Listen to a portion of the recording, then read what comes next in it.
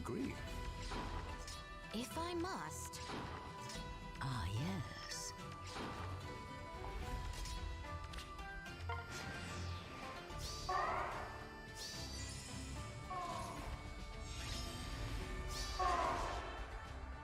Death comes. Yes. A good day to die. Fine. Speak.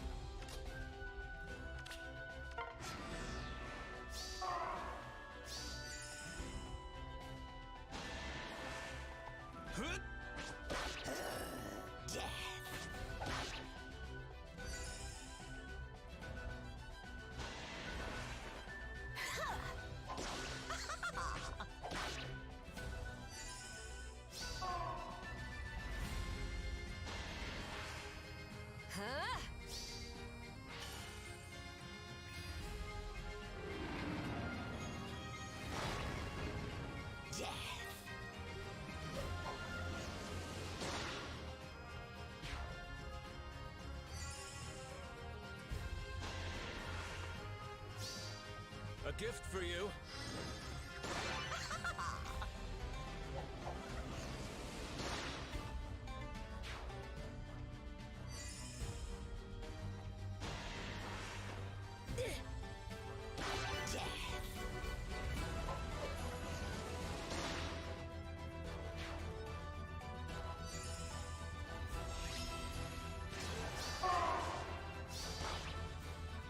Death comes.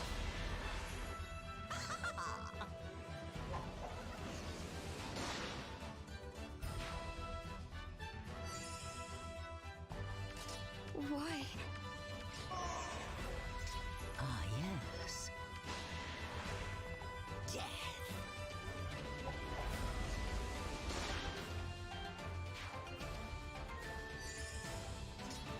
The unknown beckons. Where?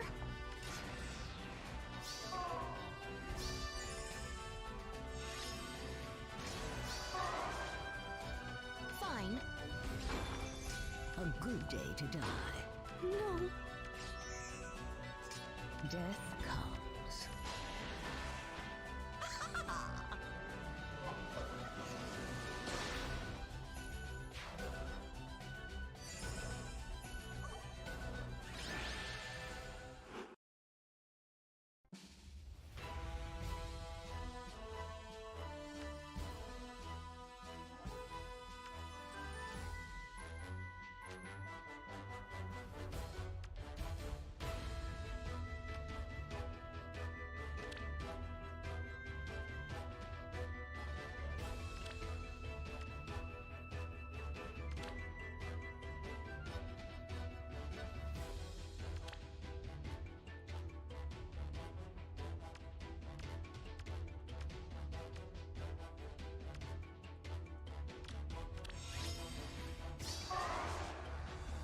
Death comes.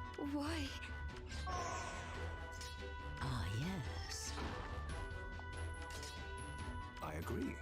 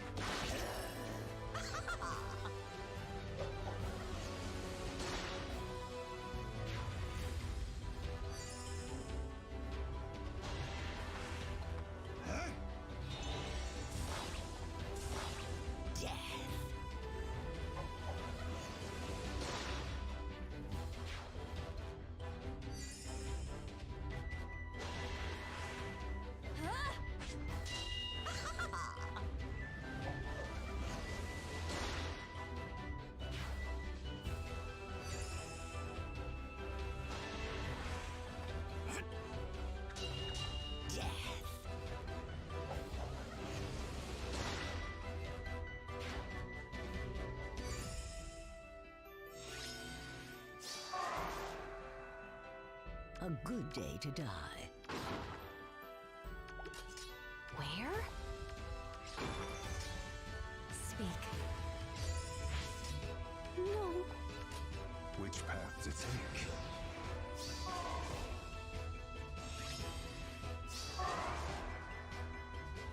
Death comes. Yes. Ah, yes. If I must. The unknown beckons.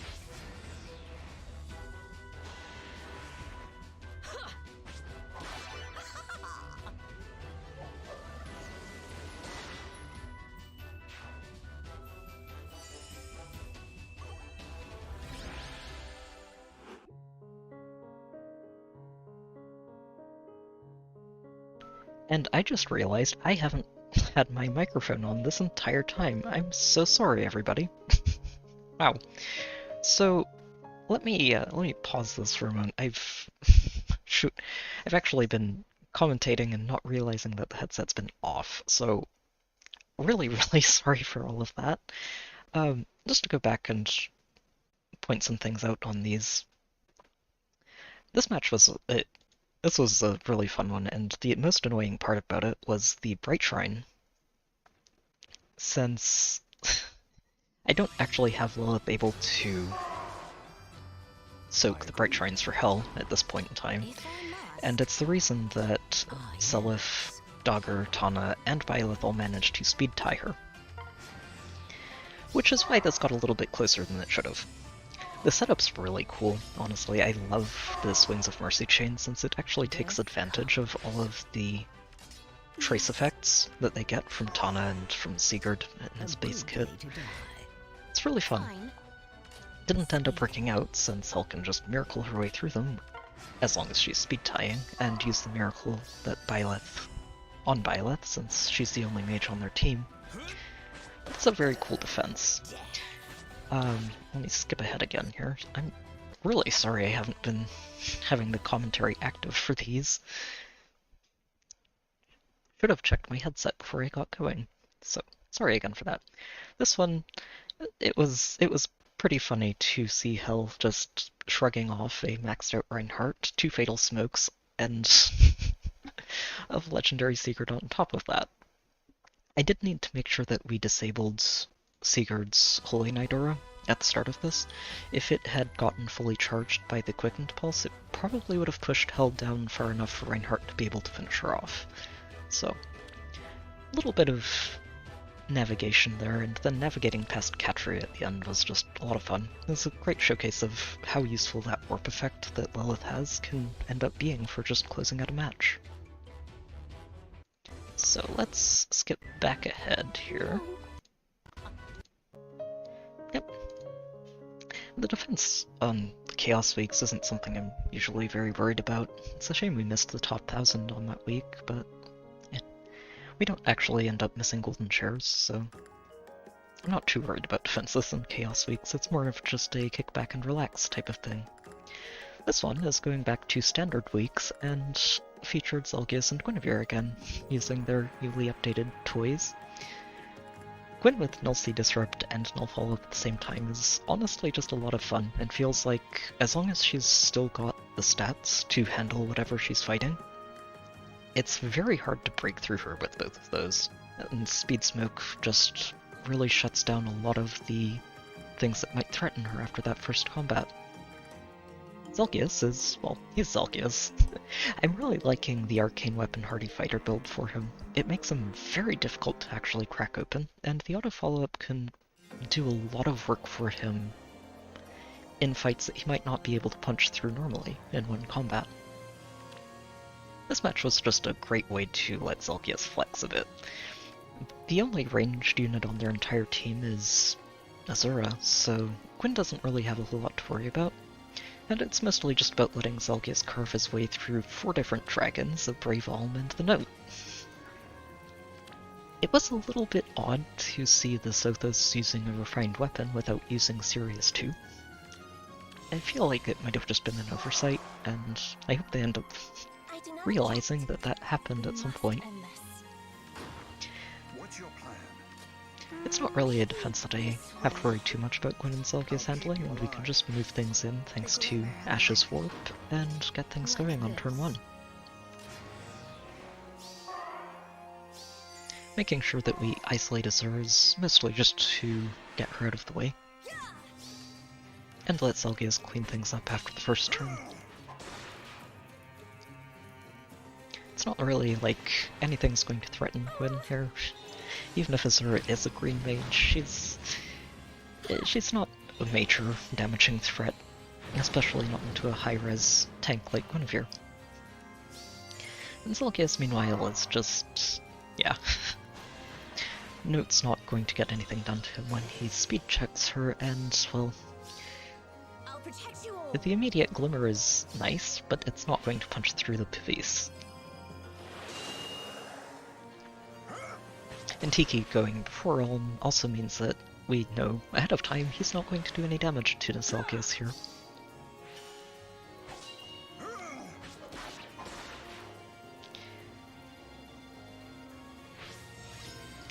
None of the rest of them end up moving in this turn since they can't reach us. And I decided to take a bit of a gamble on this bolt trap, partly because it doesn't really matter too much, as long as Zelgias isn't going to end up taking much damage. Now, there was a moment of hesitation because I remembered, as I was pushing him onto this 50 damage bolt trap, that the arcane weapon does go completely offline, below 25% health, and I was thinking that maybe I had gotten a little bit ahead of myself. Especially when the Harsh Command lands on Sothis and turns the debuffs into bonus attack for her. But even that's not enough to really let her do much to Zelgias. She does get to do more than anybody else on the team, with 1 point of damage. But Rhea, not so much. Rhea is also being held back a lot here since Zelgias being below 75% and defending puts Rhea's weapon offline. So he doesn't really have anything to worry about there. And then Air just continues to heal him up. Are you certain? And we can close out the match from here. Good morning. We must end this. I'll keep you alive. Truly?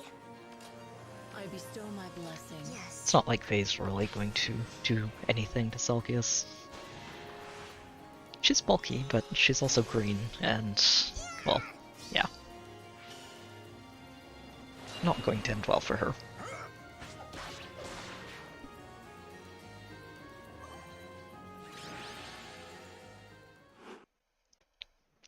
This one actually had me a bit stumped for a while, because I, at the time, had completely forgotten and forgot to double check on the fact that Selif's null follow-up that he gives himself is actually a speed check.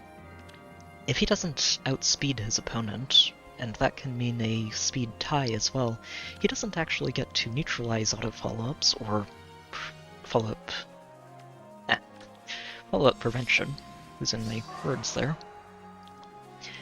And that ends up being very important here. I do not object. It's actually a pretty tricky setup to approach here, just because of Selif's extra range.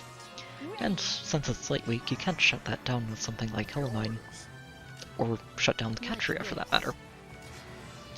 A lot like the last match though, they only have one ranged unit on their team, so as long as Guinevere can handle this Bramond, and to be fair, is a pretty impressive Bramond with triangle attack active, but as long as she can survive him, she doesn't have to worry about anything else for the rest of this match.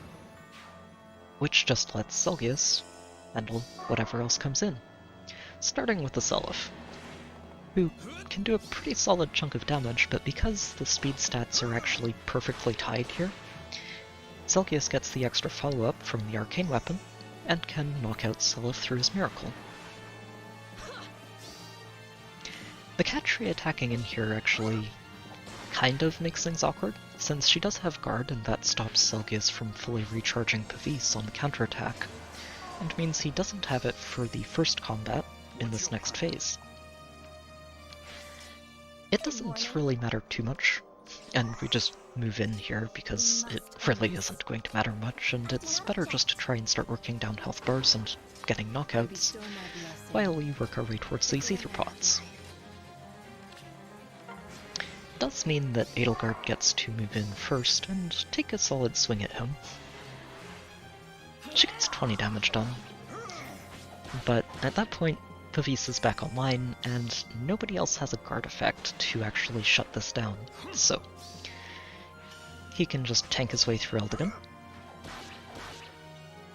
He won't actually knock Eldigan out, but that's actually a bit of a good thing, since we do want somebody to survive long enough to get to these ether pots, and, well, that bonfire did not do very much. Yep. And then from here we just start repositioning over towards these defense tiles. I'm not too worried about picking up the ether pot on the right side, since that one's pretty accessible.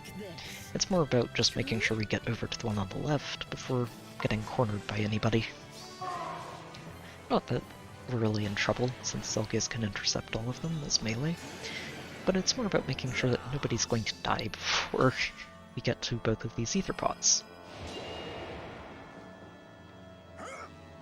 Yeah, I'm looking forward to the Arcane Lens. I've got a few people who would really like it, and the Arcane Axe actually that we should be getting in 2 days, I think. Assuming we're getting Ganglaw on the new banner. Is also something I'm looking at and wondering how many of those I can get away with pulling. I'm hoping that my luck turns around. I've had some really unfortunate luck on several of the recent banners, so hopefully we get a bit luckier.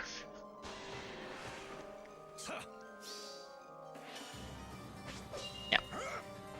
Honestly, once the initial rush in this particular defense is over, the rest of it's not too terrible to clean up, although Edelgard can be a bit of a problem if you're not ready to handle her.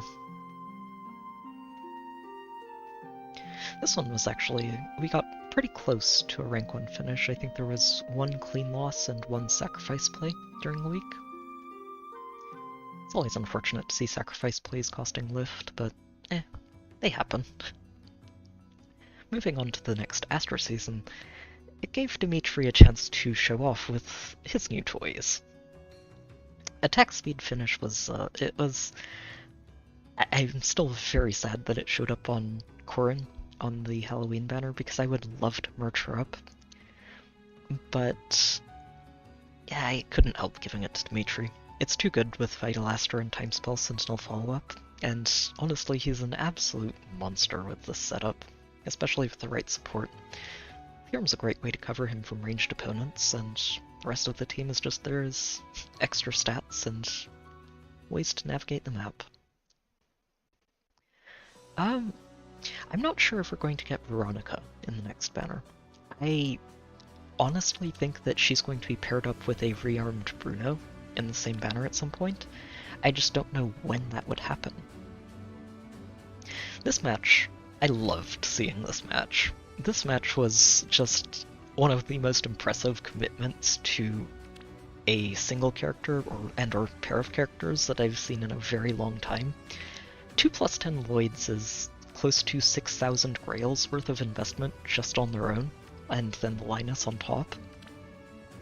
And honestly, this is just a really, really impressive setup. It's hard to, if you don't disable the infantry pulse chain, it's hard to tank this, since they have a lot of very, very powerful pre-charged specials going, and if you miss on any of them, if someone survives, there's a Wings of Mercy chain you have to worry about, there's a Pulse Tie from the Fallen Minion that you also have to worry about, and it's just, it's a spooky team. It really is. I did decide to go into this one and not disable anything, because I did want to fight it at full power. I figured if I can pull it off, I would really like to, and I did end up figuring out a way to do this. So we end up moving in on turn 2. just to give ourselves some time to break open the front. And I'm very careful to make sure that Dimitri gets no buffs before this, since the Panic Manor would flip those. And that's not ideal. Even if the Panic Manor wasn't there, the Linus actually has an in-combat panic that could really mess with us, so it's important to make sure he goes in completely buff-free. The first Lloyd isn't something he has too many problems with, he outspeeds him pretty easily, and Ceres comes in with her Glacies. It's not quite enough to punch through Dimitri. It does take out over half his health, but that also disables Linus's Growing Wind, thanks to Atrocity. And without that special, Linus can't really do much to threaten Dimitri anymore. From there, nobody else can get in range, and we can start cleaning things up. This second Void was one of the trickier parts of planning this approach. The Fire Sweep and Double Poison Strike is really annoying for a lot of tanks these days, since it's very rare for a melee tank to have Nulsi Disrupt at all. But if he's defending, there's not much he can do, and we can just dance Dimitri forward. We do hit the real Gravity Trap, but it's not that big a deal, and I'm not too worried about the Panic Manor at this point, since even though Leaf does have a bonus doubler and Ruse and Precharged Ignis and Sturdy Impact, it's not going to do him much good against Dimitri, who's got plenty of defense and damage reduction. Which means that the ranged Ninian recharges Vital Astra just in time to tank that and cut the damage down even more. And then we take down Leaf, and the Fallen Ninian after that.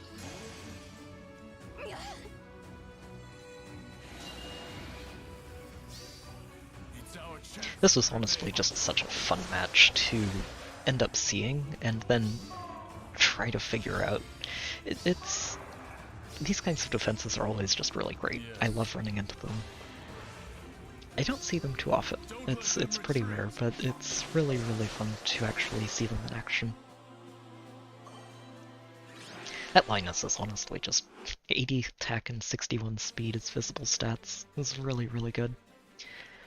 This one was another interesting one. It's got another Brave Seliph and also a Brave Crom.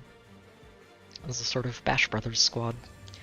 They've also got a Harmonic Catria in Anima Week, which at this point Arvel didn't exist, so it's a little bit inconsistent. Plus 10 Felix is always fun to see though. I still have him on my Anima team, and he's surprised me a lot with just how hard he is to crack.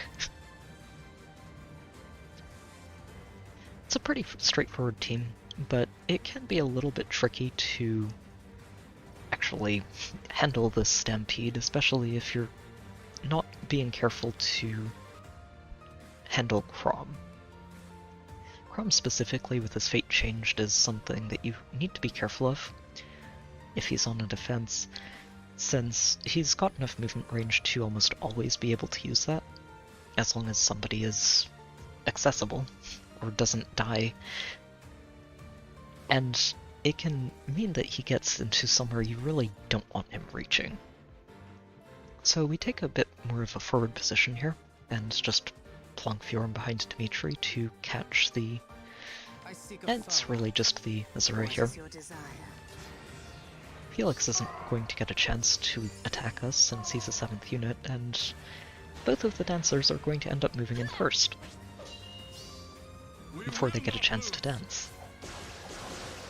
Mira moves in first here since, well, she's got the least amount of health to lose, and, well, without his special charged up, Odor's not doing much either. It was actually really funny to see Seliph not moving in earlier, since I did think he was going to get some damage to stick, thanks to just the true damage he gets from moving 4 spaces. 40% of defense is a lot. But I did actually end up forgetting that his miracle effect means Dimitri gets to hit him twice, and that means he gets to heal twice with Finish as well. And that adds up pretty quickly. Oh, Seliph moves in here. Has slightly less health than Crom. does exactly 14 and gets to heal Dimitri for exactly 14. Then Chrome moves in last. Nothing to fate changed, and well, he's not getting much done there.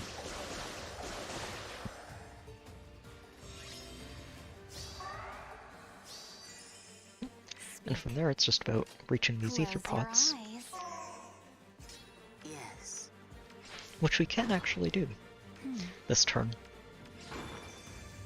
I wasn't sure if I was going to be able to, since I wasn't sure which of these hex traps was real, but since the top one wasn't real, it means L9 can move in, pick that one up, and then get pulled back to safety.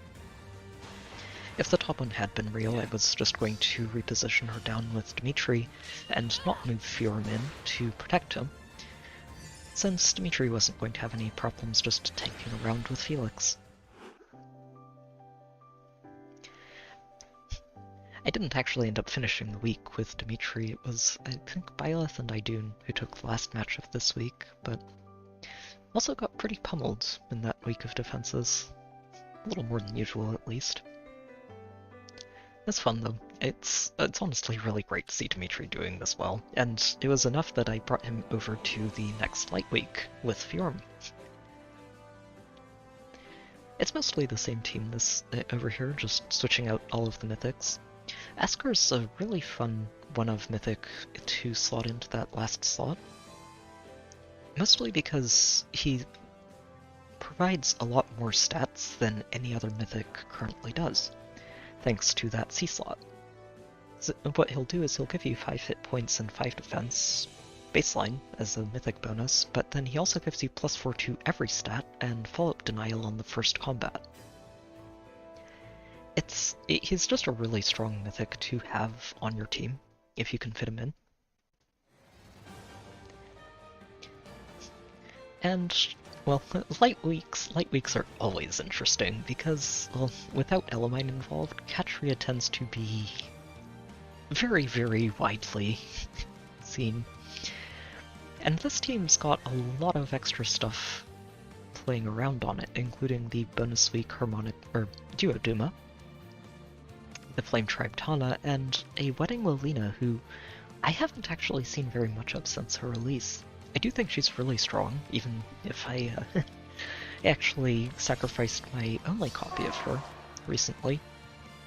Mine was, I think, plus HP minus res, so she wasn't really that great. But I hope I get her again at some point. She went into Elamine to give her the still water for those extra points of res. I do not object. But she's not a character I have any real attachment to, so after I ended up maxing her hero merit out, figured why not. This one I had to approach pretty carefully, and end up baiting it with Peony instead of Dimitri, since I didn't want Dimitri to take the initial damage from this gifted magic. And, well, without Fiorum actually getting clipped by that gifted magic, Lilina's not going to be able to do much to threaten her.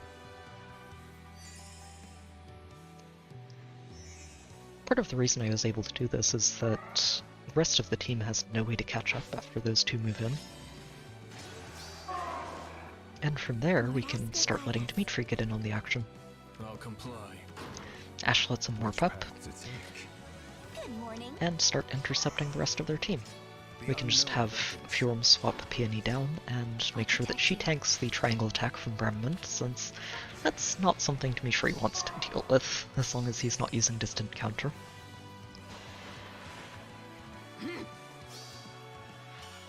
I mostly use Deflect Magic on Fiorum in Anima Weeks, specifically for Ninja Korans, but it helps a lot in cases like this, too.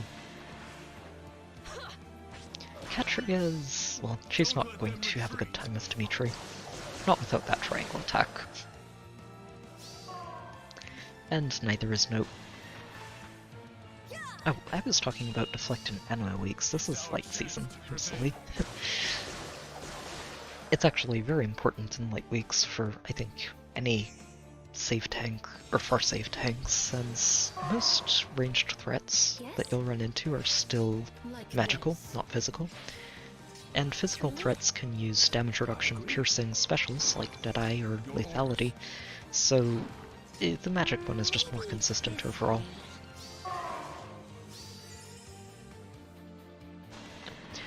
And once the Brahmond and Katri are out of the way, and the Note too, it's a lot easier to just pick this team off one at a time.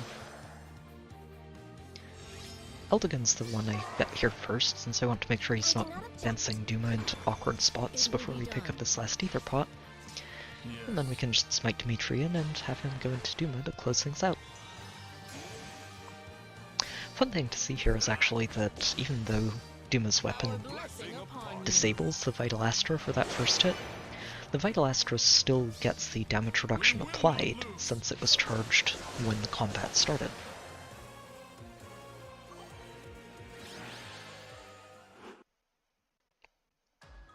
This match, yeah, this match was honestly a very spooky one. It doesn't have a lot of merges across the team. The only one is the +10 Triandra in the corner. But specifically for Dimitri, this is a very, very tricky match. Thanks to Nifl and the Dancer Ninian, or Legendary Ninian rather. Nifl disabling his counterattacks is actually really important since when he's using Finish, that's the only way he gets to heal. And Legendary Ninian can be a really, really problematic unit for him. Especially in Arena, as I've found out. Since she just sweeps him by default since he's a blue unit, and she doesn't need any debuffs to get that online. The two Pathfinders also make this a very long-range team, as we get here. So I start this off on the first turn by waiting just in Sigurd's threat range.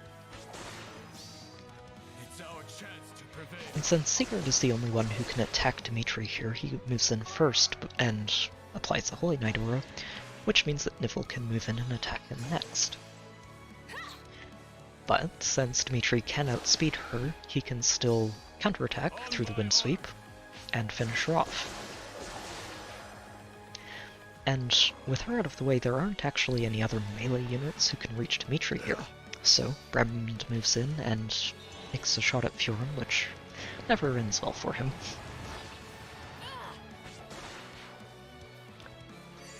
And since Note can't get to us, Dogger has to move in and attack Fiorum. I was actually very deliberately isolating Triandra instead of the Ninian here, since Ninian doesn't get that extra action on the first turn. So it's more important to make sure that she gets out in front and lets us take her down on this following turn. The Note's not really ever going to cause Dimitri problems, and from there we can start moving into slowly navigate towards these Ether Pots. Dimitri gets to one-shot Ninian here before she attacks us, and from here we actually end up letting him be the one to soak this Triandra while we stall out the match. It will be done. Jerom's covering everybody else, so Triandra attacks the only safe target in Dimitri, and can do a solid chunk of damage to him, but Vital Astra and Aerial Bar cutting that down by quite a bit, so he's not in too much trouble. Which is good, because we're going to need him to do that one more time here. I'll comply. I agree. It will be done. Honestly, this got to be really, really awkward. Lady Nifl. Just trying to figure out how quickly we can reach these two Ether Pots before Dimitri needs to be bailed out, or at least stop Triandra from attacking him. And thankfully, by moving Dimitri over next to the fortress here, we forced Triandra to attack him specifically from this tile next to the Ether Pot. And thanks to Ash's warps, we can block her into a corner and give ourselves enough time to pick up both Ether Pots before we close things out. Yeah, honestly, The unknown. I'm interested to see how they handle that. I bestow my With blessing. mages piercing the air. I'll I comply. think they're going to get a way to do it eventually. I just don't know when exactly we'll see it. It might even be this coming banner with whoever we get as the Ascended unit. That's honestly something I'm very interested to see, is who we get as the Ascended unit at the end of this book, since this should be the last normal banner for book 6, right? Before we move on to book 7. Oh, this week. This week, we missed the rank 1 finish by a single sacrifice play. It hurt. The next week was an interesting one. I actually had a bit of trouble team building for it since I didn't have a +10 bonus mythic, which feels really weird to say, but without having a +10 bonus mythic, I try to build my teams for scoring, which means that I need to slot in a non-mythic bonus unit. For this week, that ended up being Nils, who's honestly a really solid one, just by being a dancer. And Robin and Byleth, this was a team that I was interested in trying out since she works so well with Idun, and I wanted to test it out ahead of Robin's bonus week. But they work really well together since they both end up focusing on attack speed and res. This was also a team that I put together, and Corin, who is neutral and +0. I went pretty deep on Corin's banner and did not end up coming out with very many of her. I got one for Dimitri, I got the sparked copy, and I got one spare that I still have. I was hoping for more. I would really like to merge her up, but we'll see. It's a pretty basic team here, just a melee specialist backed up by a far save, along with 4 mythics just to pad out their stats. Right though, it's honestly time flies. Book 6 has just gone really quickly. This match was a neat one, just for the chance to run into another +10 into Corin. I actually haven't seen too many of these on defenses, which surprises me because I do think she's very strong, since she forces out some very specific answers in whatever teams are trying to defend against her. Oh no, if we get someone else who has attack speed finish this soon, I'm going to be very sad for foddering Corin. Although, I wouldn't actually mind too much, since it would give me a good way to give attack speed finish to Ganglot, and then eventually inherit that onto multiple people. I seek a foe. Yes. I decided to get things going right away here. It's, as strong as these ranged units can be, they do have a slight problem, where none of them are using Hardy Bearing. What is your desire? Which means that as long as Byleth is, in the vague range of their speed, she's just going to be able to vantage sweep through all of their ranged units. Stay where you are. Attack speed finish can be learned by mages, but I think it has to be infantry mages specifically, since it's an infantry exclusive skill, which made me very sad when we learned that, since I was so keen on giving it hell. Honestly, when Brave Tiki got revealed with that skill, my immediate thought was, if this can go onto a melee flyer, I am giving it hell as soon as we get the attack speed version. Turns out, flyers aren't allowed to have fun. But they can still use Unity at least, which is something I did give to Byleth and actually is really useful. It doesn't actually end up being needed here since, well, there aren't any lulls on the defense team, but Panic is a great way to navigate around lulls, and can be a good way to flip the script on a lot of defenses that might not be counting on you taking advantage of a Panic status. Have faith. And this one's just a case of Byleth sweeping her way through all of the ranged threats, and Robin handling the 2 Where is my melees prey? that actually move in, or 3, that ended up coming her way that turn. The following turn gets a little spicy though, since I do want to take out this Crom this turn, and not just enemy face him, With the goddess. since if I leave him alive, it's going to be a lot harder to actually move in to reach these ether pots in the top right corner before Mirabilis starts making a nuisance of herself. This'll be fun.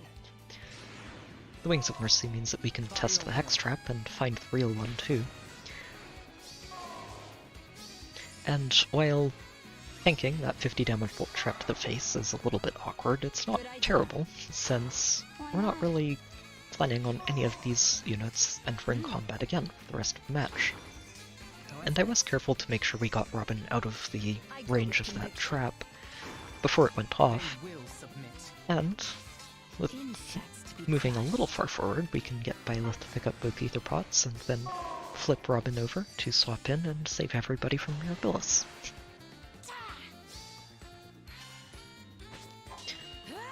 Yeah, honestly, flyers do need something. I was interested, the seal skills, the new tier 4 seal skills are interesting. I think seal speed is going to be a very strong one once we get it. Oh, okay, so this match was a fun one. This was my first introduction to an Arvel boosted Catria Ball in Anima Weeks. And this one specifically is very cleverly put together, since not only do they have their Fortress Def Res and Phantom Res plus Res Catria, they've got 2 mythics boosting her res with Mirabilis and Arvel, and Mirabilis is also carrying Res Tactic, which is a very good way to boost Catria's res past the range of any Elemine's ability to actually turn it off. Especially with the Chill Res and Chill Speed Res that Mirabilis is carrying too. I do think that loading all of your anti-Elemine start of turn effects into one unit can backfire, Lady Niffle. and that ends up being how I navigate this. So I wanted to make sure I started Elamine in Hector's tile, since the Escutcheon would let him survive a round of combat with Corrin, and I want to make sure that Corrin's actually going to knock him out in one round. So I start Elamine in Mirabilis' lane on the second turn, and realize that she's still tanking a res debuff, look over at the Flyer School and realize that she's getting -9 res from that.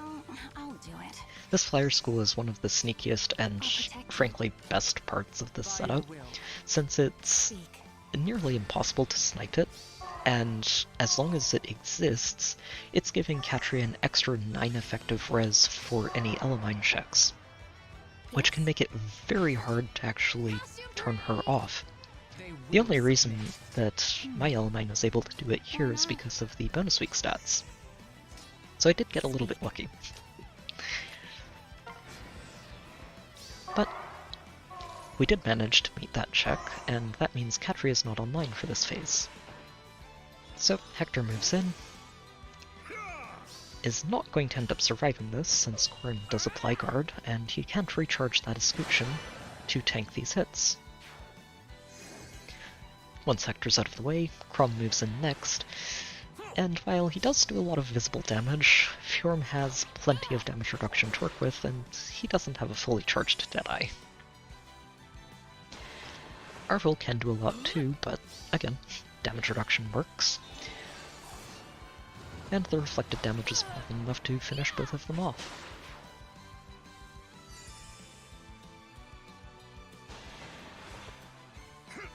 Well, I do like the water sweep on Ulm, and the attack speed unity is actually a really clever touch too. I don't see unities enough on defenses, and in a way I'm really glad for it, since I rely a lot on sabotages and debuffs in my offense teams. But I do think they're very, very effective if you can work them into your defense teams. Just being able to turn penalties into bonuses is a great way to get around a lot of effects that you see on offense teams. The rest of this is pretty straightforward. once the main threats are out of the way, it's just easy to let Corrin intercept the rest. And even though Katria could have gone in for a triangle attack, she wasn't going to be able to do any damage to Corrin here.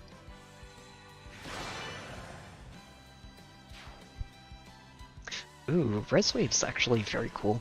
I think Joint Home Res would probably be the best one, if you can get your hands on it. But I think that's still locked to Duo Sigurd, the dancer version. Which is really weird, frankly. It's wild that that skill isn't more common by now. That last match was honestly a really fun way to cap out this week, and was a bit of an eye-opener. It was actually the one that convinced me to invest a bit more in my Elamine's res checks. Since, yeah, only beating that with the bonus week stats is not fun. These matches are actually from last week's Chaos season, where I ended up getting to use Hel as a melee specialist for several of the matches, which is a lot of fun. Giving her Unity it gives her access to a lot more stats than she usually has, and thanks to Lilith, she still has no follow-up, and Furin's a good way to cover her from any ranged units that come her way.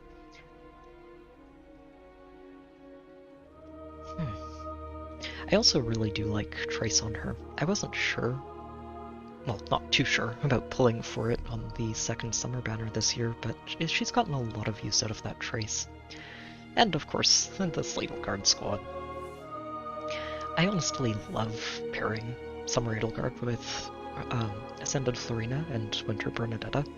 It's a really, really strong trio of units that just gives Edelgard an insane amount of mobility to work with, and Brave Erica in her bonus week, thanks to Book 5 bonus, is kind of crazy.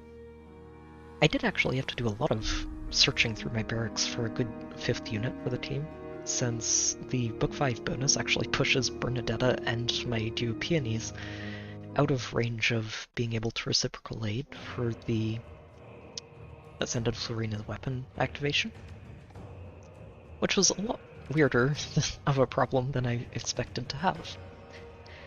This match was just a very fun showcase of how silly Hel can get against a team that packs no mages on their squad.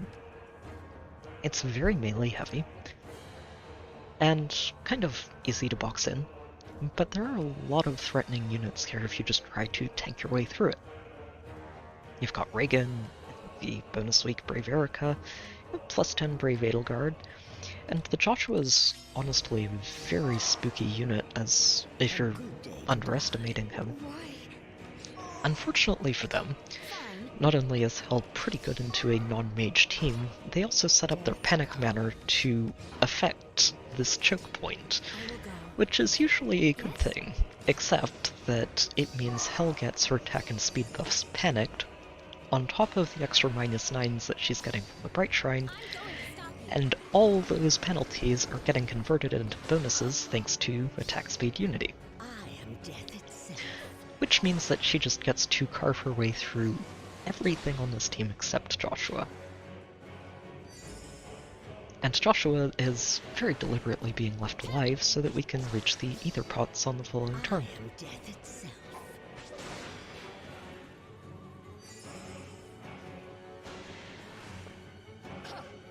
Hey there, Ezekiel. Accept your death. Yeah, honestly, I'm curious to see who's available for the Hero Rises this year. It'll be I don't think we're going to see any engage units on it. I think they're going to wait a year for that, but it'll be interesting to see. Oh, something else I actually didn't mention that is a very important part of the panic manner in this is that it also means that Joshua's built-in lull effect doesn't really do much to Hel here. He still gets the -6s as the baseline, but he doesn't get to neutralize those buffs since they're currently penalties. And well, once Hel's dismantled all of the melee, we can just move in, pick up both Ether Pots, and have Hel close out the match. Accept your death.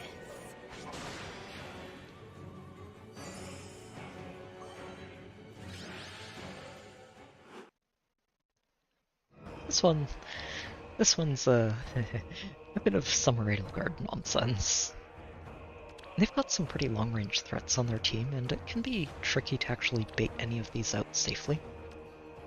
Especially with a potential for the Duocorin to get danced and then run into whatever's on your team that isn't being protected by a far save.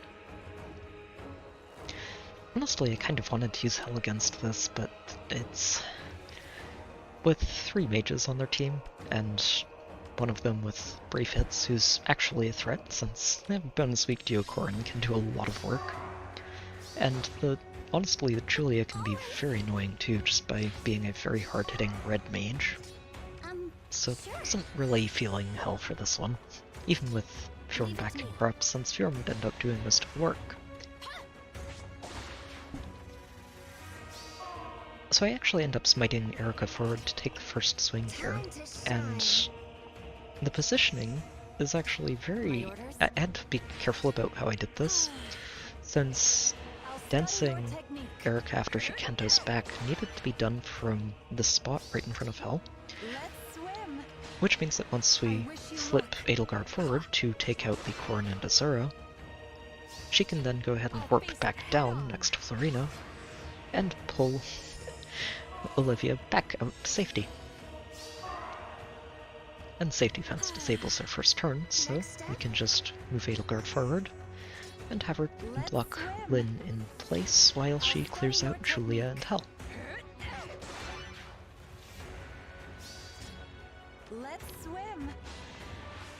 We don't actually get to finish Hell off in one round of combat here, thanks to Guard Bearing. But the Luna lands on Edelgard's 40% damage reduction, so she's not really in any real danger, and can finish Hell off with the second Gale Force. And since Lyn can't go anywhere from here, it's pretty easy to pick up the Ether Pots and close out the match on the next turn. I did have a bit of fun closing this out though, since the positions mean that even with Erica being gravitied, she can still warp 4 tiles to take out the Lyn and finish things off. I actually had a weirdly good defense last week. I don't really expect much out of Chaos Weeks. I mostly just set up a set of bonus units and have fun with it. But we were, I think, 1 clean loss away from getting a perfect week here. It was a lot of fun to see. And honestly, it's kind of wild to look back over these and realize that this all happened over the last 6 weeks. That's fun stuff. Alright, so from here, we're going to hopefully not run into too many technical difficulties with the emulator here. While I do like that you can emulate mobile games on the computer, I wish they were a little bit more stable, the emulators, I mean. Alright, so from there, we're going to head into an AR match or 2 for this week. So I've set up some fun stuff for this season.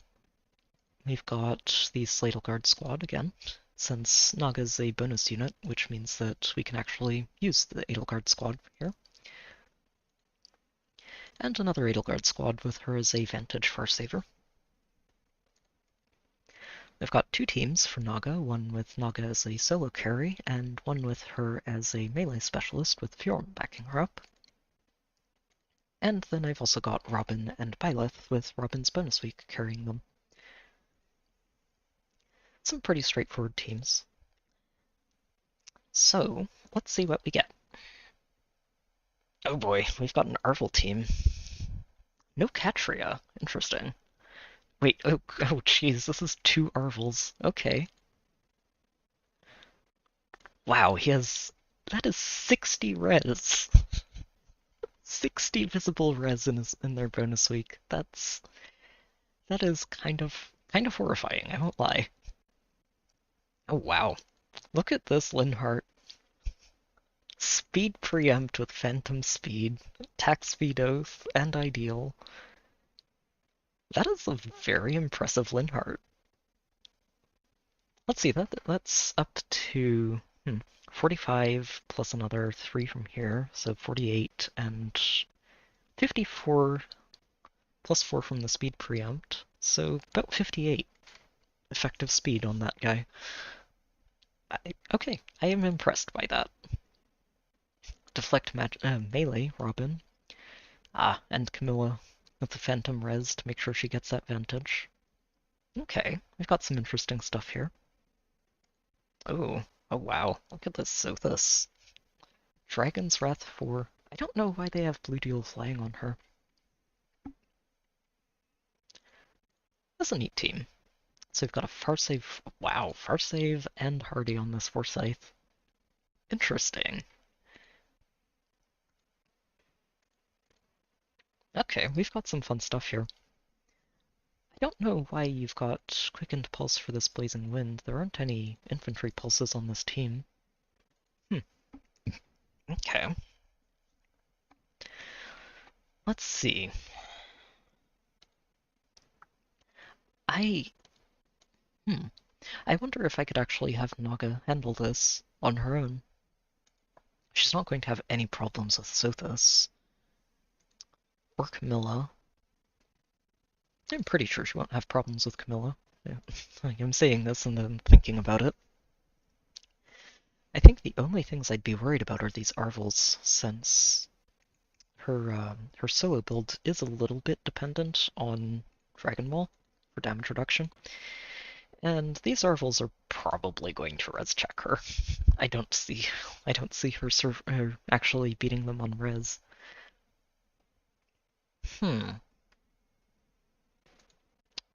She's 71 visible attack too. They're honestly really impressive. Okay.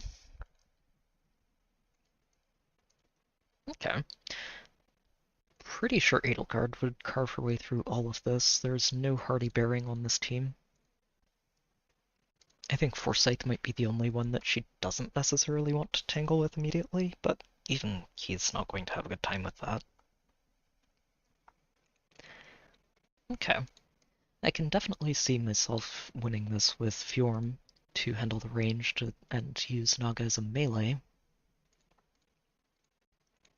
Okay. And pretty sure Byleth... Oh, wait. Byleth's a tricky one, since specifically for Camilla, she's probably not going to one-shot Camilla. She might. Hold on.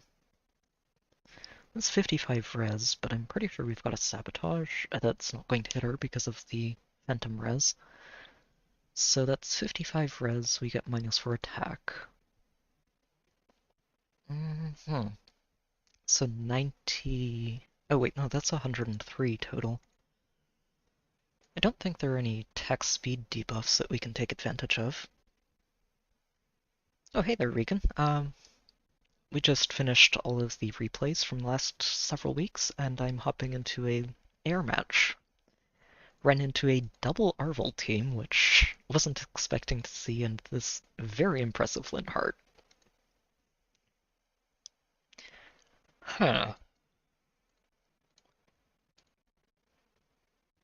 Honestly, I'm leaning towards the Vantage Edelgard team for this. I don't know. Anyone have any teams they'd like to see me use for this? I'm pretty sure we can deal with this with the Vantage Edelgard squad and with the melee Naga and Fjorm backup squad. I don't know about Gale forcing this. I think it might be doable. And I'm not sure about the solo Naga team either.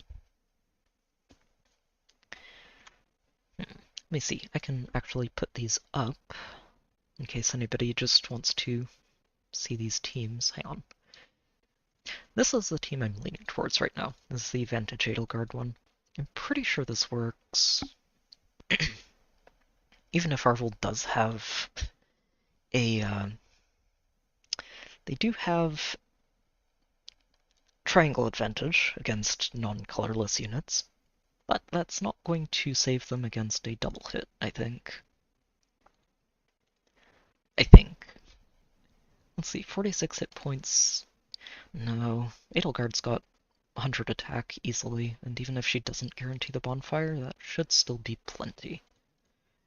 80 times 2 and 232 defense. Yeah, that's an easy knockout, and Camilla just gets wrecked. So this I'm not worried about since we have Naga for dragon slaying. And Forsyth is going to get turbo wrecked since we've got a bonfire and a defense tile.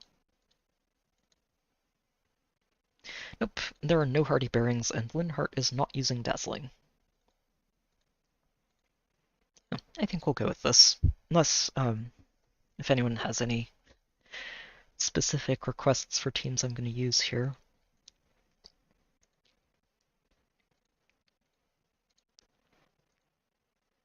The only thing, I think this team might work. The only trick is whether or not Byleth one-shots Camilla. I think she might, but I'm not sure if she does. She probably won't one-shot the Arvals, but the Arvals are not going to punch through her in one hit. Yeah, alright. So, fair warning for this one. I usually, against maps I'm not sure about, take some time to do math. Just to check and triple check on all the numbers and make sure that we are actually going to secure knockouts on everything here. But I don't think I need to worry about that here. I think we should be okay. I'm just going to make sure I get Edelgard onto this defense tile and then support her with everybody from 2 spaces. Should be easy enough. Wait, this is the vantage one. Yes, okay. Alright, let's get this going.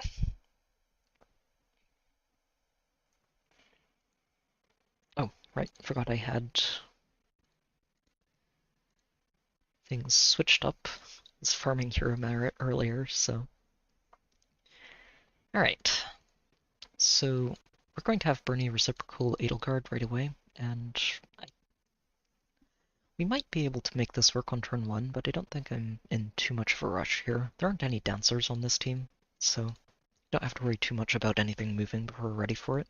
Oh, and Linhardt is the 7th unit, so he's not going to actually get anything done here either. Alright. I think I do want to get this going on turn 2. Don't want to deal with this bolt tower. So, if I move Edelgard here, we're just going to, I think, yeah, have her dance forward and get there. And Ashura, we're going to get you in range. Make sure we get those buffs. Really, we only need to make sure that Naga is nearby and Thor is nearby. Thor I would like to get onto this tile, if I can. It's a very impressive Linhardt is what it is. Honestly, it's not something you see every day, and that's great. I love seeing something like this. So, we're going to move Edelgard in here. Make sure we reciprocal her. You have Trace, so you can just move in here. Edelgard, you move up here. Make sure we get Dragon Slaying for you. Oh, I didn't give her this. Should be okay. She doesn't actually need the res. There aren't any res-based checks here. Now, we aren't going to be getting a bonfire at all, thanks to Arvel and the guard effects, but I'm pretty sure that the double hits are going to be enough to punch through Sothis and everybody else on these and that can reach us this turn. These two aren't going to be able to get in range, it's just Camilla, Arvel, and Sothis. So, we're just going to smite you all the way in there, Edelgard. We're going to let Thor pick up Etherpot number 1 and sit in place. I don't have to worry about Thor actually getting attacked here, since we have Fart Save on Edelgard. And Naga's already down here, who is in range to give +3 to stats to the Dragon Slaying Edelgard. Peony, we're just going to move you here.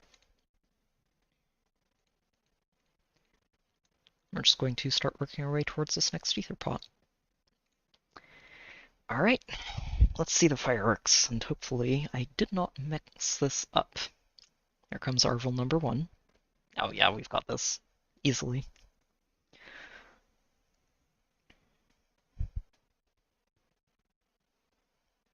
I wonder if we are going to end up seeing Arcane Staves. I could see it at some point, I just don't know when it'll happen.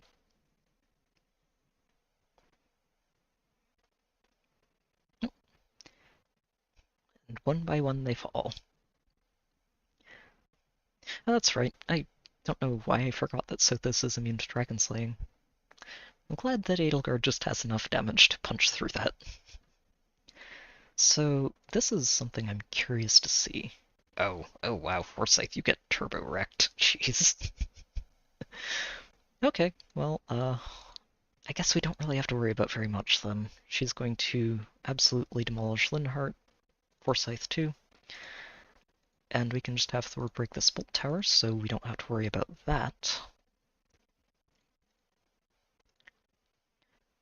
You can't reach us this turn, so we'll just sit tight, relax. And by that I mean we'll have Ashra jump up here and pick up our second Ether Pot. Go get him, Edelgard.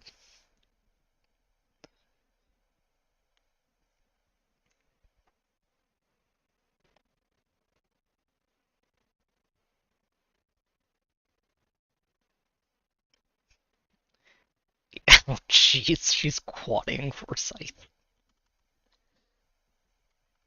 I wasn't expecting to see the quads there. That's kind of funny. Okay, so how do we do here? Oh wow. Look at you go, Robin. Huh. Okay. So let's see. This... Oh, okay. She doesn't actually get Dragonhide at all if she initiates. That's kind of hilarious to see. So we should be fine here. Shouldn't need Dragon Slaying, and apparently Robin can't even knock Edelgard out as is, so we're just going to give her some extra stats and say go.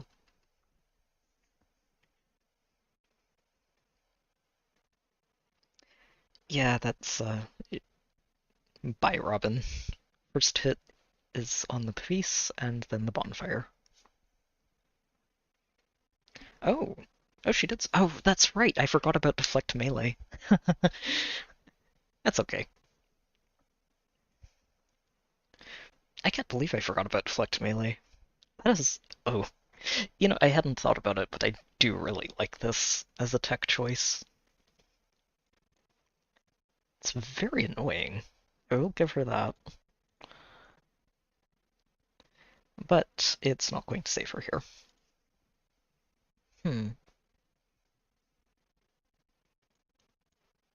Yeah, I think we just do this.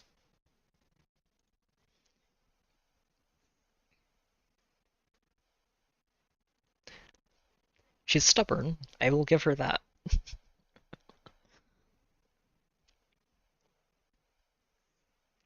But Edelgard still isn't below 25%, and you are out of hit points.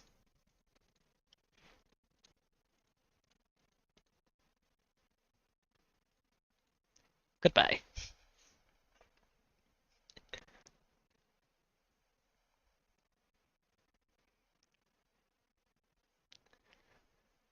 Oh, that Robin was pretty spicy. Okay, so we still have about 20 minutes then before the trailer drops. I think. I'm pretty sure it's 20 minutes from now. I was trying to time the stream so that we'd be able to get that done after the AR match, or matches.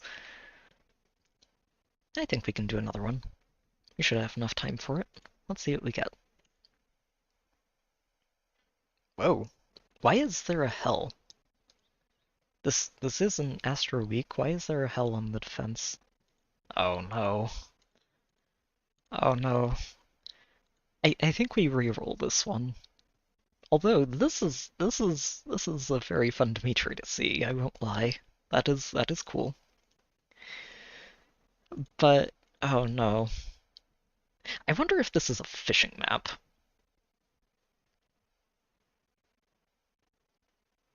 Yeah, honestly, that deflect melee was it's a cool tech choice. I like it. I feel like this is a fishing map.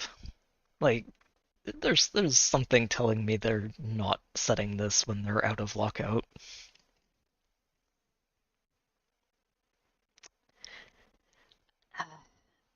So I have a bit of a dilemma here. We could take this. This is not a hard match to take.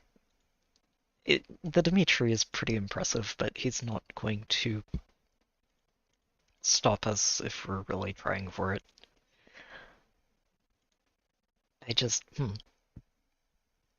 I'm very tempted to just reroll this. It's, I've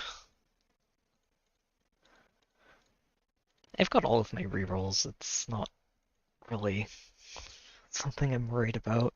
It's just, huh.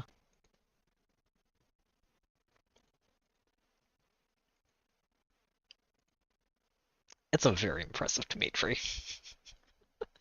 I'm looking at this and I'm like, hey, this is what I would like my Brave Dimitri to look like eventually. Maybe without the fortress, but would like to get mine up there at some point. As much as I have gotten a lot of mileage out of the attack def unities that I've foddered, I kind of regret those now because I do like Dimitri a lot. I used them basically because I expected to focus on Legendary Dimitri instead. And Brave Dimitri's Refine has definitely got me wanting to build him. Let's put it that way. So what do you think, everyone? Do we re-roll this or just take the freebie? I do like seeing this plus 10 Felix. It's always fun to see plus 10 Felixes. I really want to see what we get for an arcane bow. I hope it's good. Something that's not just player phase, ideally.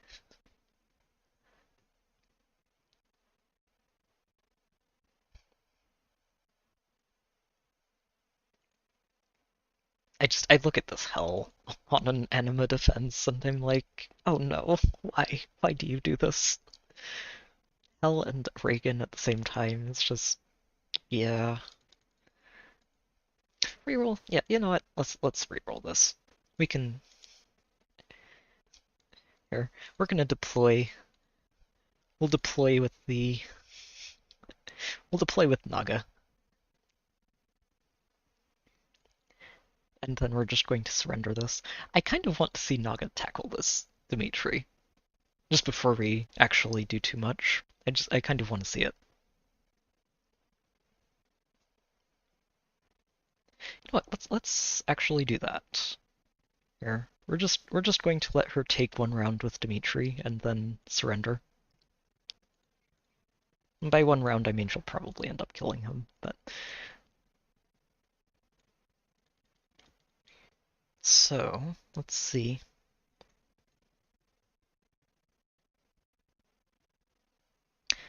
I do want to make sure we get all of the proper support in here for her. We're going to have Thor and Elamine and Moosebull.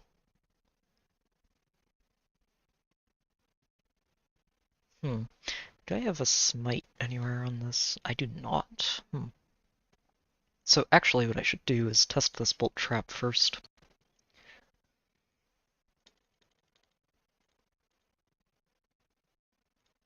Okay, that's fake. Makes life easy.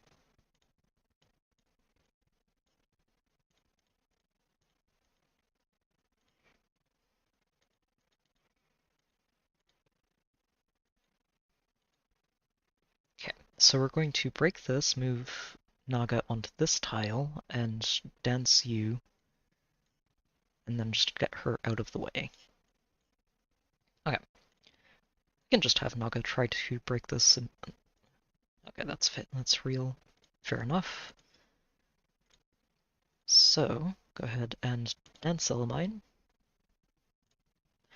Oh, wait, hold on. They don't have any ranged units that can reach us here. We don't even need to worry about it. So let's just move Thor in here. Then we can have Elamine and Mooseball move in there, and we'll say go. We're going to assert dominance, yes.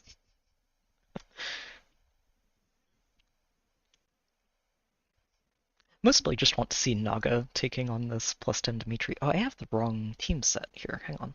This is the Naga solo team.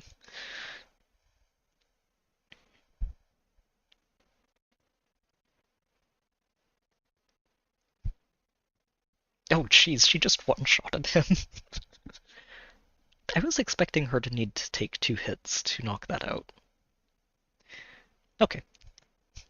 We took out the Dimitri. That's fine. Let's reroll.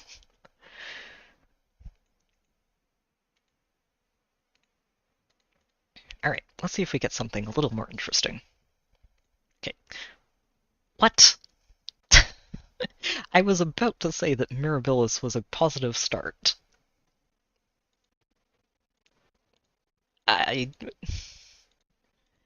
They've got a very cool 10 on this team. Not refined, but she's a very cool 10. The Averse is probably +10 too, yeah. So they've got cool stuff here. But why? They only have 6 units. The Averse is Dark Blessed. Nah. Okay. We might just accept this one. Yeah, I'm re-rolling to try and get something better, but it's a very impressive pen. I do like this. It's a shame to see her this invested and not have her refine, though. Like, her refine's not game-breaking, but it's not bad. It's worth 200 due, I think. Razzle Dazzle Pain Veronica. Just to be a nuisance. Well, I should say Razzle Dazzle Pain and Restore. This one's actually something I should point out, since I don't see Restore very often on defenses anymore. Mostly because I don't see healers on defenses very often anymore. But Restore is one of those things that I think turned a lot of people away from using debuffs on their offense teams in the first place, since it basically gave your enemy a Restore trap for free. But I never really saw it as that big of a drawback, since you could force the enemy healer to waste dances running around restoring everything. And after Restore disappeared almost entirely from defenses, it just meant that debuffs are usually free stats and give you a major advantage. That's fun stuff. Okay, we're going to reroll one more time. We're going to reroll one more time. We'll deploy and surrender, but we're going to reroll one more time. If this next one's another freebie, we're just going to accept it. I don't know, honestly. Healers... I think you mentioned an arcane staff earlier. I saw someone mention it. Oh, Monty mentioned it, sorry. But I think an arcane staff would be very interesting to see, if we get one. Okay, this one at least has 7 units. This is a positive. Oh, wait a minute. Oh no, this is OG Eliwood. I was going to say, wait, is this a remixed legendary Eliwood? OG Eliwood. This is the pretty basic version of the Eliwood build I actually used on my Anima defense for a very long time. +2 there, +2 Dimitri. +2 Thracier, I think yes. So your sweep is specifically if you outspeed people. So technically we don't have to worry about a sweep as long as we outspeed her. +10 Eldigan with, wow. Wow, that is quite the form Eldigan, isn't it? Heavy Blade 4 with Near Trace and Odd Tempest. Cool. This Eldigan chose violence. Also got Duma with his actually fully remixed kit. I've been very surprised by how many Dumas I've seen with a completely unremixed kit since he got his. The weapon I can kind of understand, but I don't see why people wouldn't at least learn Upheaval Plus, since it's strictly better. And he can get it without using anything other than skill points. Oof. I will say that his old art, I think out of all of the resplendents we've gotten so far, I've most appreciated Eliwood and Cordelia with their upgraded art. They look so much better. The original art was not flattering. Okay. So Vantage Edelgard is probably not the way to do this. Dimitri is a bit of a problem, unless she out-defenses him, which she might not be able to do.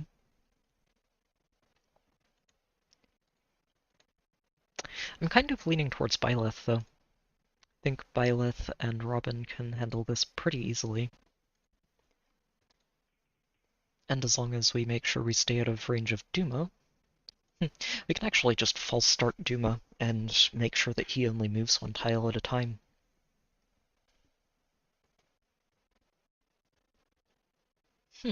Okay.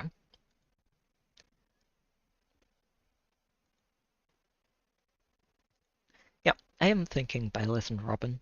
Just initial reaction to this. I think I might actually be able to have Naga solo this too, though. Let me see.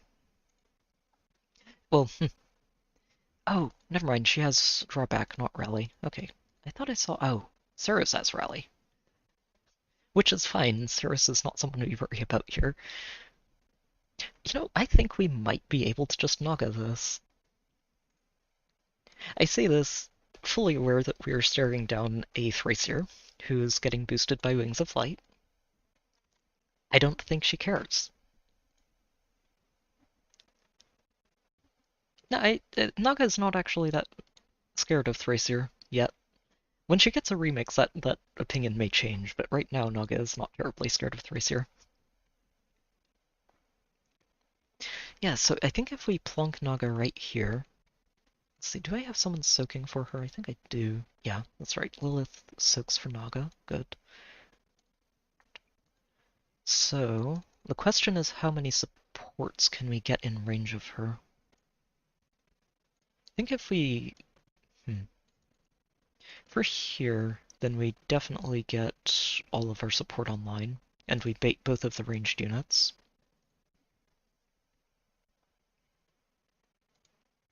I think the trick is just whether or not Ceres does damage to Naga, and I'm not convinced that she does.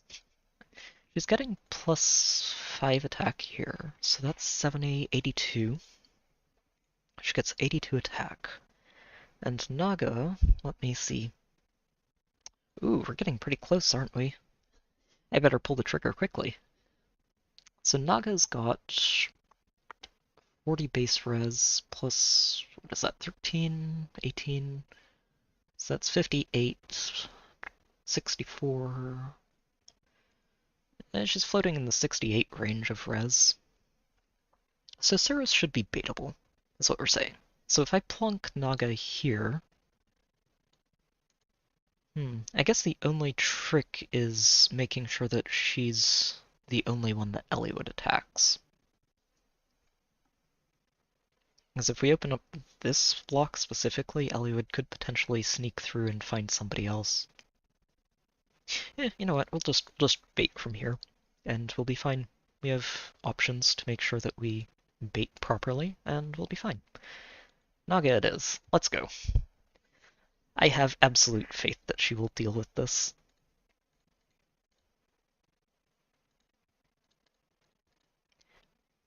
So we are going to disable Duma's Upheaval and Armored Boots, just to make sure we're not dealing with 10 damage for free, and the potential of Duma getting knocked out when I'd rather leave him for last, since we do want to reach these ether pods. So, let's get this started. Actually, hold on. We want to make sure Elamine gets in there.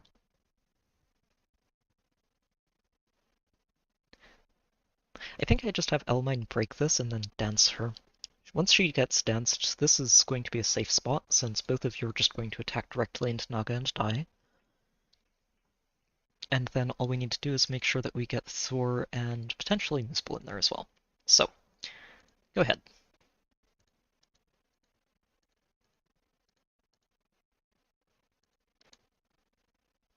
Oh, wait. Okay, no, we're still safe. Okay. Nearly goofing this. Okay, go get him, Naga. Green Dragon Slaying Mage? What's that? We eat those for breakfast.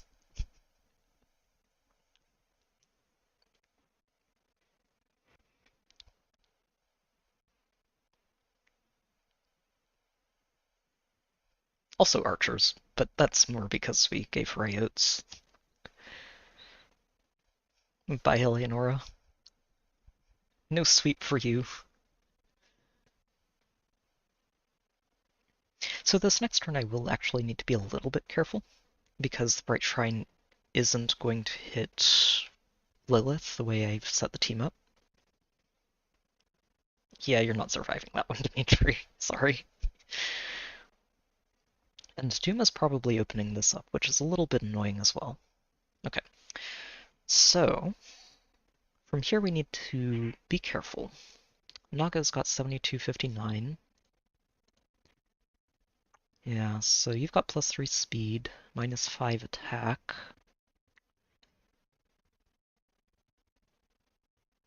Okay, so if I dance Lilith, I'm pretty sure she still soaks that, which is good. Which means I can send Naga forward here, and she'll just bait out Duma and Suros both.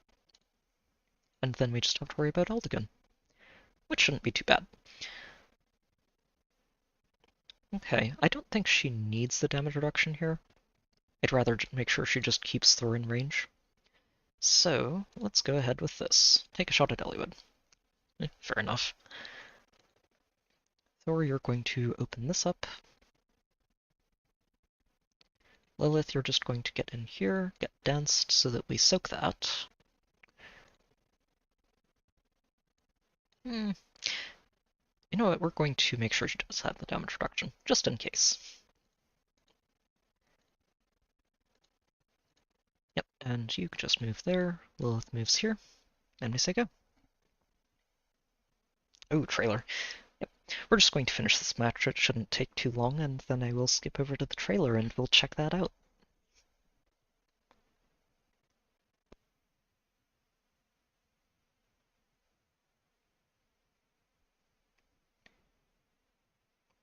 Yeah, I think the ether pots will be the most annoying part of this to find, since we weren't able to lock down Duma. But that shouldn't be too bad.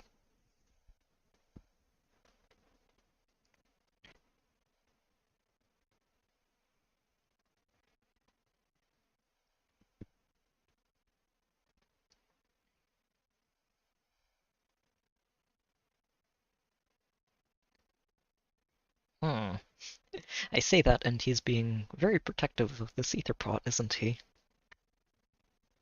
I think it'll be okay. Let's see.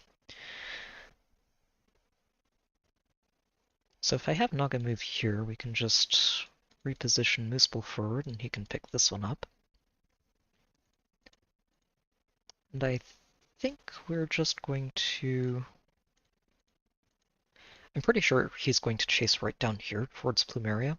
Oh, shoot! Oh well, rip an ether pot, I guess. I completely forgot about the Tempest. Oh, shoot. Sorry. Yeah, that's, Yeah, that would be technical difficulties because BlueStacks doesn't like us a lot of the time. Let me see.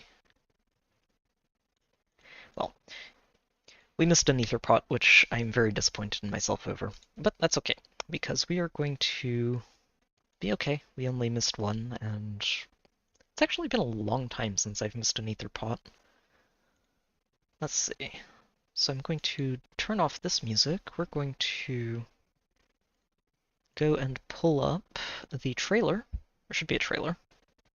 Yes, there is a trailer. All right. And I'm going to see if I have figured this out properly. So over here, and let me find my OBS. Make sure we get this. Okay, and here we go. Ooh, that's loud. Just turn that down a little bit. Alright, let's see what we've got. Yep, okay. It's Ganglot. Yeah, she was right there on the title screen, so I'm pretty sure she's going to get a preferred skill. All of our rearmed heroes so far have gotten one. Oh no, she didn't. Wait, quick riposte 4. Oh wow, that is a major upgrade from QR3. Ooh, nice. So it gives a little bit of damage reduction and the auto follow-up, and also the health check is way better than QR3's with its 75%. Joint distant guard and distant stance. Wow, she is just loaded with good fodder, isn't she? Arcane Downfall it's a very cool weapon. Honestly, I like it quite a bit.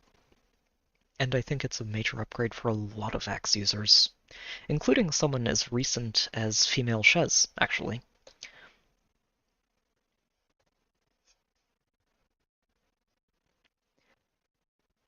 Now, let's see who else makes it in here. And that is not Radiant Dawn music or Path of Radiance music, so I'm safe there. Oh, are we going back to Shadow Dragon, or Mystery? Mystery of the Emblem. So this is Harden before he fell. Cool. Oh, and there's attack speed near trace. I've been wondering when we were going to get this. I think it's the only variant of near trace that we haven't gotten yet, so very cool to see that show up here. So he has a slaying weapon. Oh, okay, so he likes being on a cavalry team. Okay.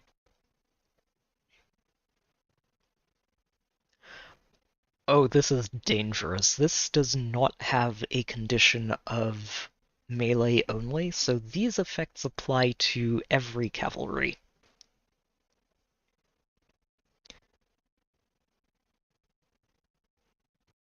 So he can give auto follow-ups to somebody like Reinhardt, just as an easy example, which is very, very cool.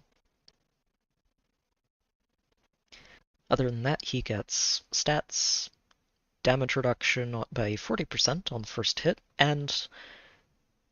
Oh. Okay, I thought for a moment they were giving him Brave Seliph, but not quite. So he does a maximum of 9 true damage per hit. Honestly, that's okay. I don't know if I would merge him up myself over somebody like Brave Erica, but he's very solid. Oh wait, this is Marth's sister, isn't it? Nina. I think this is his sister. Pretty sure it is. A healer. Oh, she's a... Wait, okay, she looks a lot like a demote, but she does have a new staff. Oh, hold on. The new staff is just an inheritable Tenon baton. Okay. I think she's a demote, and that is a demote who's also carrying sabotage speed, which is... Oh, that's really big. Demote with sabotage speed. Oh shoot, I don't have the desktop audio on at all, do I? Sorry. Oh jeez, I've been doing all of the AR matches without that on. Alright, who do we get for the Ascended Hero? Is this Tiki? Is this Ascended Tiki? Oh my god. We can't have adult Tiki without getting a new young Tiki alt, can we? Alright, what does she get? Speed res finish. And Speed Res Bulwark. Oh, that's actually very cool. So she's got Slaying, Dragon Slaying, the typical Tiki. Gets stats. Gets Breath, okay. Oh wow, so she gets Breath, Lull, Spectrum, and... Oh wow, so she's got half of Brave Tiki's weapon on top of Breath and Lull Spectrum. Cool. Okay. And altogether is +4 to stats.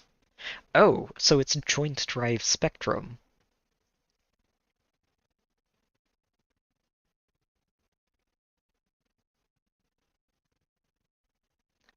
And reduces damage from first attack. Wow, okay.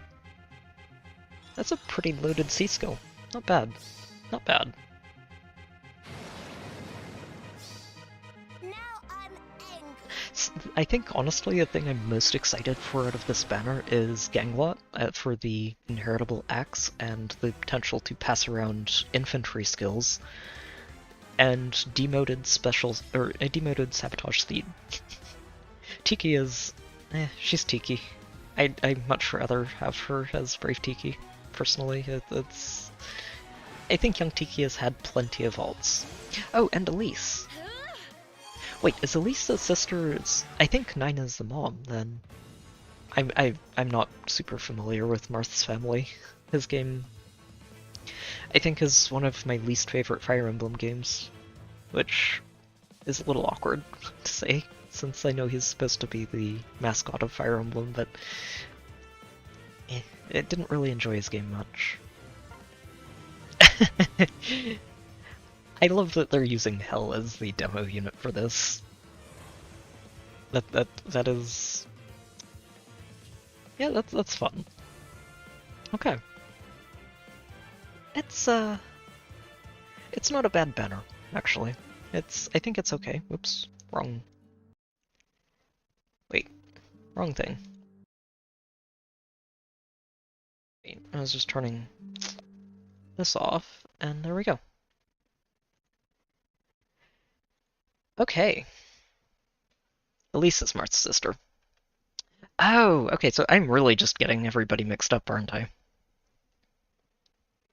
Yeah, honestly, I do love the theming of Harden, honestly, in this. Oh, gotcha, okay, thank you, honestly, Umbreon, because, again, Marth's game is not something I'm super familiar with.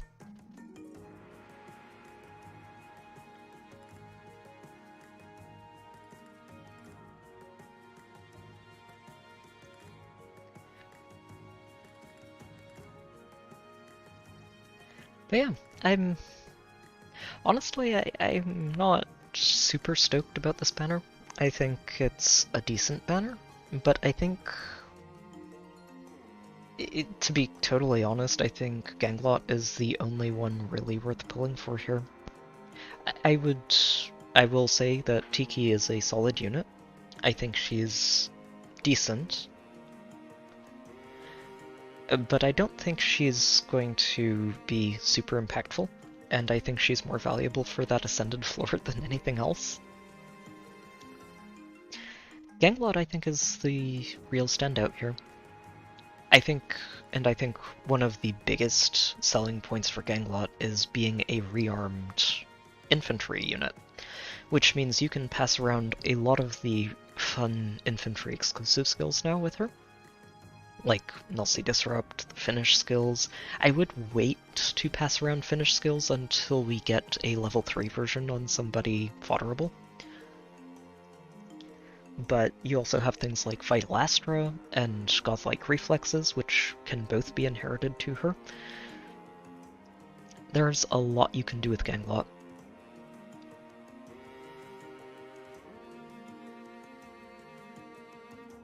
Yeah, Harden is like a bit like Blue Seliph. I don't think he hits as hard as Seliph does, and he also doesn't have the Miracle, which is a very big selling point of Seliph. But I'm not sure if Harden's going to be good enough that we'll see him everywhere, which in its own way is a good thing.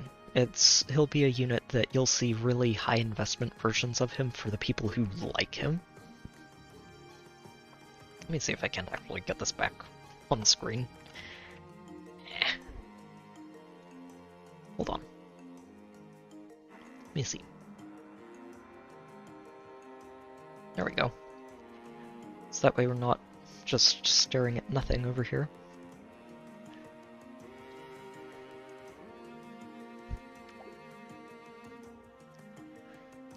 Yeah, I think I am planning to pull on it specifically for Ganglot, but overall I think it would be safe to skip this banner completely and wait to see what we get for the next book, which is only a couple of weeks away.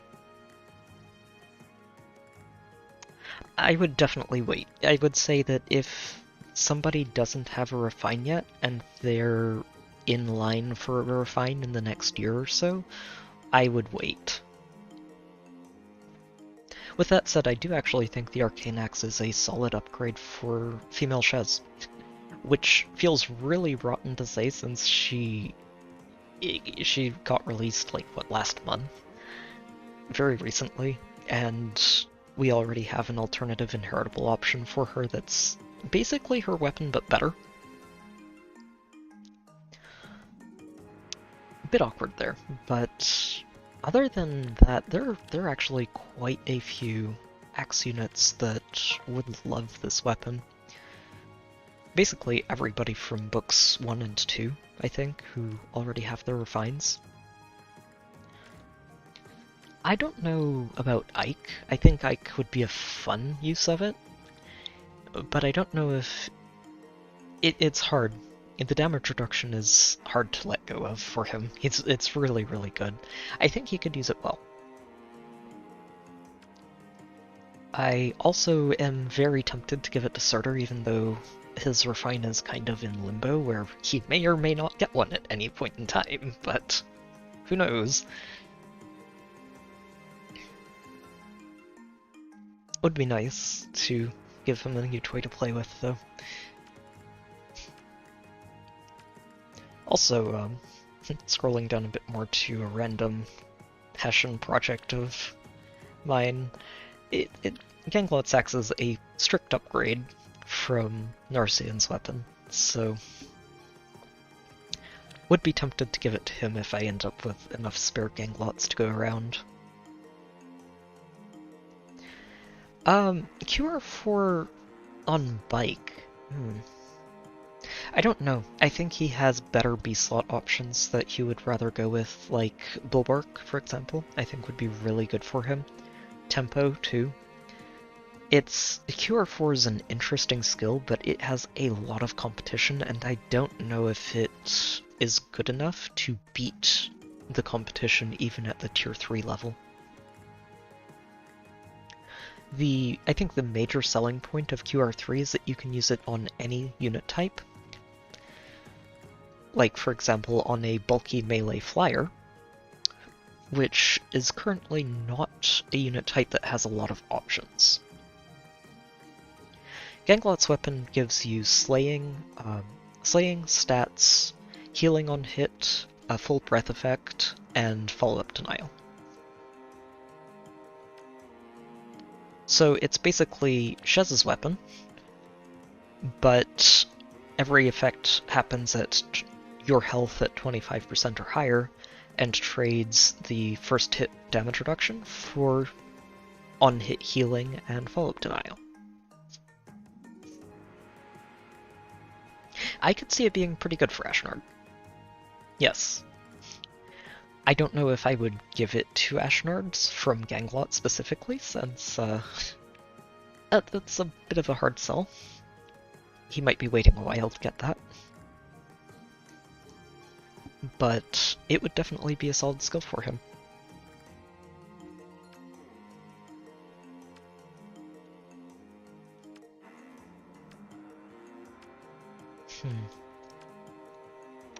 Yeah, honestly I think I'm thinking Narcian and Surtur are my two that I'm really looking at for it. Possibly Bike. And also possibly Shez. Would be my personal shortlist for this weapon. Bit of an odd shortlist, I think. I don't think many people look at Narcian and go, yeah, that's somebody worth building. But he's more of a personal passion project. I think his voice actor did a phenomenal job with his lines, and he carried me a lot in the early days of FEH when an Emerald Axe and Lancebreaker was enough to just shut down basically every blue unit in the game. He did a lot of work for me, and it's yeah, he's just fun to throw random stuff at every now and then.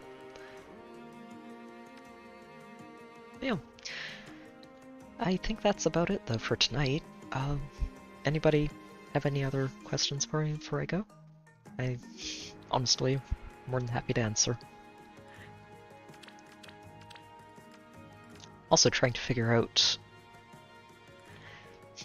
So I do have a spare Vital Astra and a spare of Godlike Reflexes that I would be very happy to duplicate, but that's going to depend a lot on how many Ganglots I pull before I hit the spark. Hopefully we get a lot. Hopefully. Minerva should be getting refined, yeah, I think at some point in the next year. Oh, that's actually a good point. You know, I'd completely forgotten about Sheena. She was the first unit I built for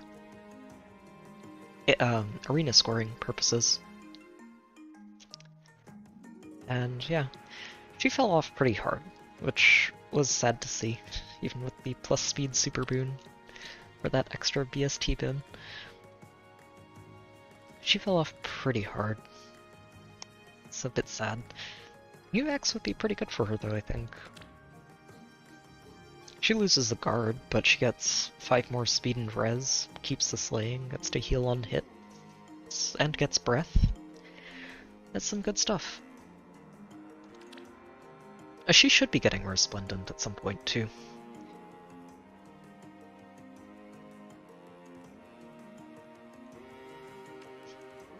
Could also give Ganglot's weapon to Fjorm, if I'm feeling extra silly, just to give her an option that isn't Niflspite. That actually could be funny. It would take a lot of people off guard to see a Fjorm who's not using her base kit and has a lot more stats than they're expecting. And it would be neat, since even whenever she does get a refine, she'd get something that's leaning into distant counter, and the Arcane Downfall would just be a good melee option for her. Oh no, if we get a Laszlo Resplendent, he'll exceed the S tier. He'll be an SS tier. He will be above all competition. Nobody will come close. We should all fear Laszlo's Resplendent. Jokes aside, I do think Laszlo's actually a very solid unit, as long as you're willing to invest in him. I am undecided still on Scarlet and Violet. I think that I've liked some of what I see out of them, and I have not liked other stuff of what I've seen out of Scarlet and Violet. So I don't think I'm going to be playing them on release, but I am going to be keeping an eye on them, and I might end up picking them up and playing them at some point. If I do, then I'm definitely going to stream them, but I wouldn't plan on me streaming them just yet.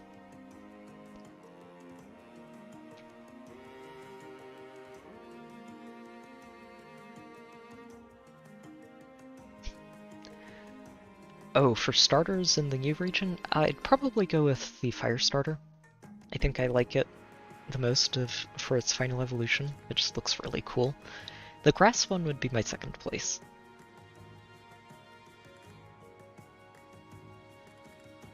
I'm trying to remember the names. It's Fuecoco, right? Is the fire one? and shoot. It's the grass cat. Kind of fizzling on its name right now. But yeah, like I said, there are some things that I'm looking at in the games and I'm wondering about, so I really want to see what the reviews look like and what people's first-hand experiences sound like. The Path of Radiance stream is going to be starting up this weekend, actually, on Saturday. I actually already have it scheduled, so you should be able to see it on the channel. And yeah, I'm planning to be streaming that every weekend until we get through the game. I'm hoping to do every Saturday and Sunday. There may be some interruptions around Thanksgiving and Christmas, since I am expecting to have family around and might not be able to pay as much attention to the streams as I'd like. But hoping to be doing these streams every week. That's it, Sprigatito. Thank you.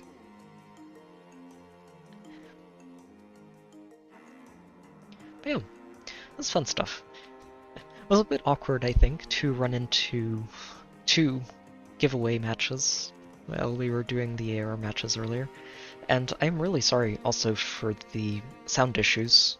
I've had some settings flipped that shouldn't have been flipped at various points and didn't end up narrating the first 5 to 8 minutes of the stream like I meant to. And then later on didn't have the sound on for the actual FEH game when I was streaming the AR matches. So, very sorry about that, but shouldn't have as many technical difficulties for the Path of Radiance streams. Those should be back to normal, and we shouldn't have too many problems with those. So, I hope everybody's looking forward to that. I know I'm actually really looking forward to digging back into Path of Radiance. It's been a very long time since I played those games, and I'm looking forward to seeing how they hold up. I'm a little interested to see how much of my fond memories of them are basically just rose-tinted glasses and holding them up as my favorites over time. But I don't think there's too much in it that I remember that would really stick out. I think about the biggest thing would be the long combat animations, which I might end up turning off for the stream, just to help speed things up a little bit. But we'll see. We'll see when we get there. Yeah, Path of Radiance and Radiant Dawn are very hard to come by these days, unless you're emulating them. And I'm just kind of lucky enough to still have a fully working copy of Path of Radiance and a functioning GameCube, so... Radiant Dawn is probably the one that I'm going to move into if we get through Path of Radiance after. If we get through Path of Radiance and still have time to spare before Engage launches. I will say, though, that if we do get there and make it to the end of the game, there's a very solid chance that we'll spend a long time struggling with some technical difficulties, since my CD for Radiant Dawn has a scratch on it that, for the most part, doesn't affect anything at all. It gets really bad, or it only actually kicks in when you get to the end of the game and reach the cutscenes in the tower. Which is a really, really awkward time for it to just stop being able to read the disc, but it's, we'll see. There's a good chance we don't even make it that far before Engage comes out, and when Engage comes out, we're going to move directly into streaming that, so... stuff to look forward to over the next couple of months. And yeah, I think outside of that, we're basically done for tonight, so thank you to everyone who's tuned in. I hope you've been able to enjoy the stream, and yeah, hope the matches have been fun. Trailer is neat. I'm looking forward to Ganglot and hopefully being able to duplicate some godlike reflexes onto multiple people, but we'll see. But yeah, other than that, hope everybody's had fun. Good luck with your pulls in 2 days if you're planning to pull on the banner, and good luck with your matches in the coming weeks. And if you're planning to play Pokemon starting in a couple of days, have fun with it. I hope it's a good game, and feel free to let me know on Discord if what kind of fun stuff and any annoying bits too. I like hearing about the good and the bad in games, so yeah, feel free to chat about it and talk to me about it. So, until then, take care, have a good night, and I will see you all next time.